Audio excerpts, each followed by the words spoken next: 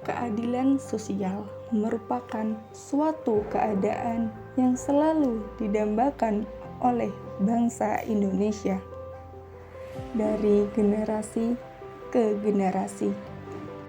Begitu banyak usaha yang telah dilakukan demi mewujudkannya. Seluruh masyarakat Indonesia berlomba-lomba untuk meraih keadilan yang begitu sulit dicapai. Menurut saya, keadilan sosial itu ada ketika kita sudah bisa berekspresi dan mengungkapkan isi pikiran kita serta kebebasan kita demi mendapatkan keadilan. Kita harus berbuat adil kepada sesama, baik secara sosial maupun Isi masyarakat di mana harus mendapatkan perlakuan adil dan tidak ada penindasan. Di balik arti keadilan, tentu saja ada harapan. Keadilan bukan semata-mata sebuah kata usang yang sudah kadaluarsa.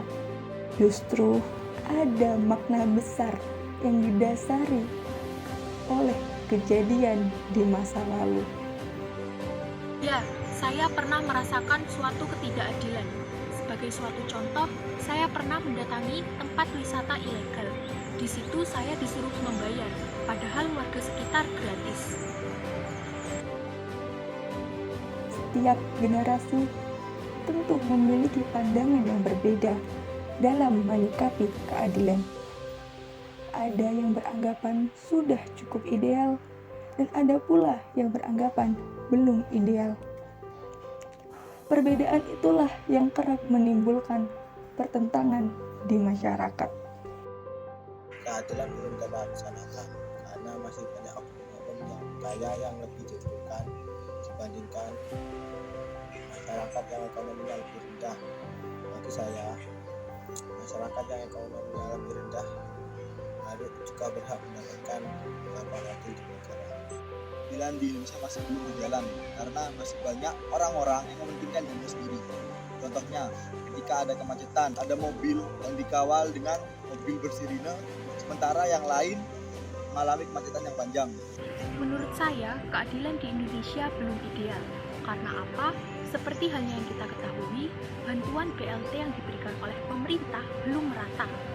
Seperti yang sering kita jumpai, baik secara langsung maupun lewat media, bantuan rumah tangga masih belum tersuplai ke orang miskin. Dan mirisnya, bantuan tersebut malah tersalurkan ke orang-orang yang bahkan sudah tercukupi kebutuhannya. Ketidakkeadilan tidak terjadi di satu daerah saja. Ketidakkeadilan bisa terjadi di setiap sudut negara. Di negara kita tercinta, ketidakkeadilan terjadi di setiap penjuru daerah. Menurut saya itu adalah hal yang lumrah karena yang kaya semakin kaya dan yang miskin semakin miskin. Ketidakadilan di Indonesia sebenarnya cukup banyak. Sebagai suatu contoh yang paling mencolok adalah di bidang pendidikan, di mana orang-orang yang tinggal di daerah pedalaman susah untuk mendapatkan fasilitas yang layak.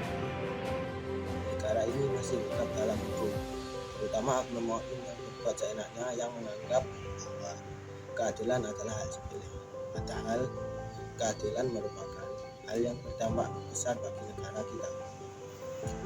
Semoga kedepannya negara kita lebih menjunjung tinggi keadilan tanpa pandang bulu.